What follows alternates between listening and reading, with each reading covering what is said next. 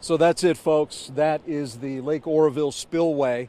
And that's what 35,000 cubic feet of water coming over the spillway looks like. And believe it or not, that is just a fraction of what came down in 1997. Back then, it was over 100,000 cubic feet per second. That raging torrent is intentional. The Department of Water Resources continues to release water out of Lake Oroville, despite massive damage being caused by erosion. I guess it's sort of a triage situation. They know it's causing damage, but it's not beyond what they deem as being safe. Eric C., spokesperson for DWR, says a hole in the spillway, estimated to be at least 200 feet long and 30 feet deep, is not a cause for alarm. It's like getting a dent in your car. That doesn't mean the car doesn't run. It may not look very nice. But it is an issue they're working on with urgency.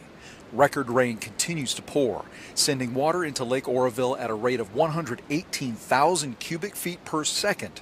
That's more water going into the lake than being sent out, so they need to keep releases going. So an incident command post has been set up at DWR headquarters in Butte County.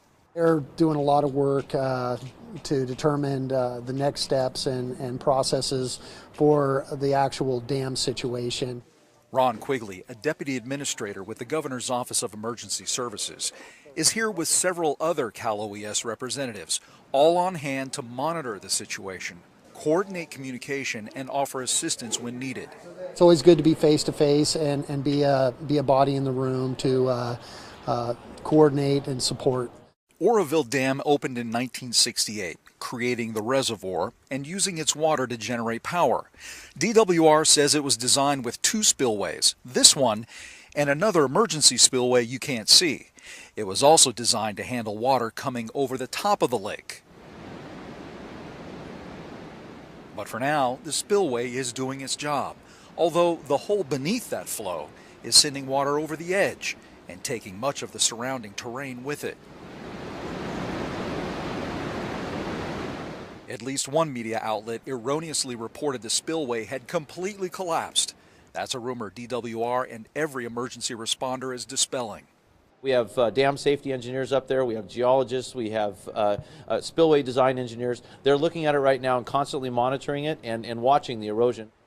So there you have it. You're looking at it, folks. The Lake Oroville spillway has not had a catastrophic failure. So if you happen to get one of those messages coming over your phone, whether it be through social media or anything, it's a rumor. Has not happened. You can see it right there. I'm Sean Boyd out here at Lake Oroville for Cal OES News.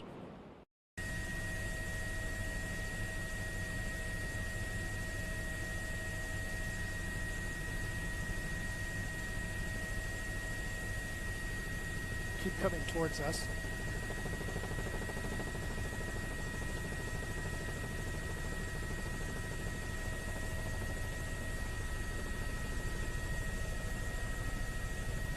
Keep coming to the next overpass and then zoom out some.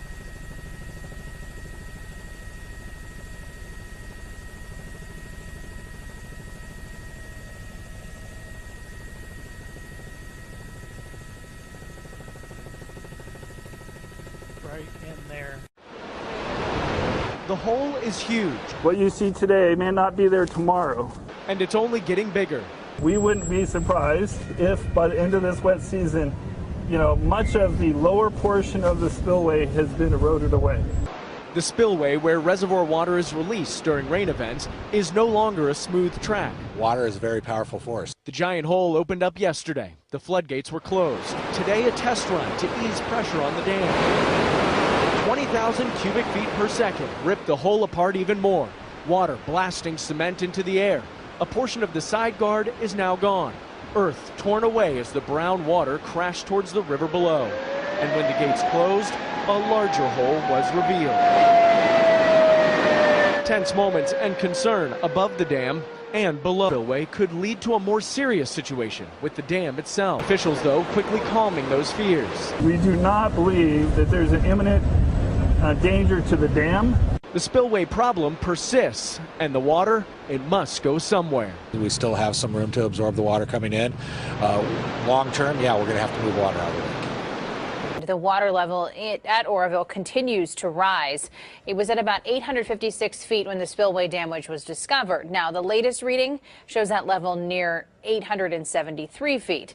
Officials are doing everything they can to prevent it from getting to 901 feet, and that's when water would spill uncontrolled from that. And there are a number of levee breaks along the Cosumnes River at this hour, and a number of homes and streets are flooding, even trapping some people in some areas. Firefighters, friends, and neighbors coming together in a sandbag brigade to help keep even more runoff out of this already flooded home. But as water from this swollen Cosumnes River started overflowing its banks, the pressure was too much and the levee gave way. Earlier, Sacramento County Office of Emergency Services warned residents to be prepared, and as expected, the levee started to crumble. It is getting worse, unfortunately. Our levee systems, they were doing their best, but now we were seeing breaches. The rising water not only affecting homes and yards, but even livestock were forced to find higher ground.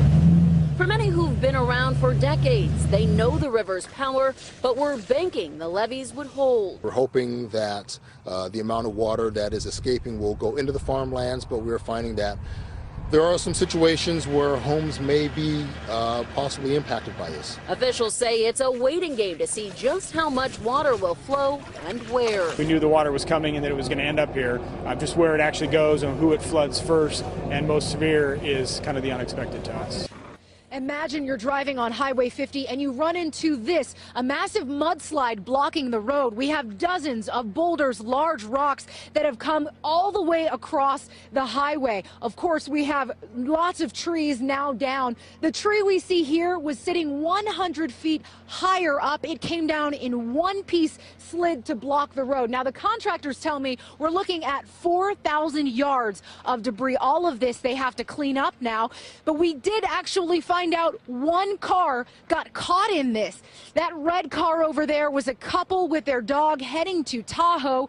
This caught them by surprise. Luckily, all of them are okay. Now, as far as the cleanup, we've seen the first equipment arrive to tackle this mess. They say it's going to take 24 to 36 hours at best to get this entire highway cleaned. Over Oroville Dam, be aware there are helicopters operating 1,500 feet and below. No, I'm at 2,200. There are other helicopters at 1,500 laying electrical wire down there. Airplane was down there right where they're laying the power line.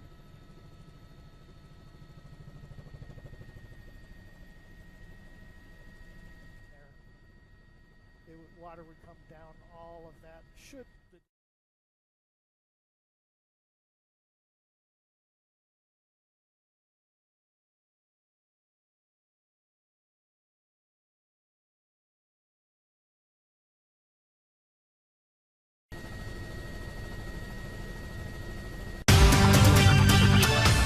It's 4:45. Welcome back. Developing overnight, authorities in California are hoping to avoid a crisis at the nation's tallest dam. Nearly 200,000 people were told to evacuate after they were told the Oroville Dam was spilling over. Flooding and erosion are the main concerns. If that is not addressed and we don't take care of that and mitigate it properly, essentially what we're looking at is approximately a 30-foot wall of water that would be coming out of the lake. Not the lake draining, but a 30-foot wall of water. Officials say they'll try to plug a hole in the emergency spillway with rocks. Helicopters will drop the rocks into a crevice on top of the erosion.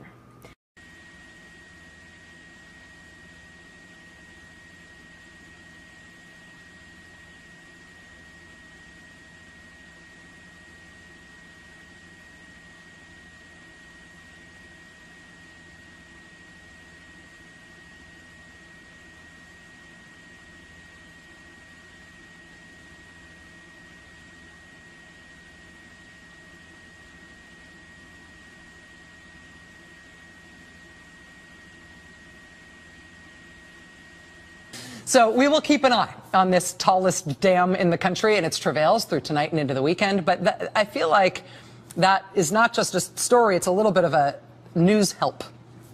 I feel like that lesson in watching this story about that dam in California, that lesson about perspective, about appreciating the full magnificent size of this story, I feel like that principle is also at work in what is the biggest politics news of the day. And we've got that story broken down into absolutely enormous bits. Next. Stay with us.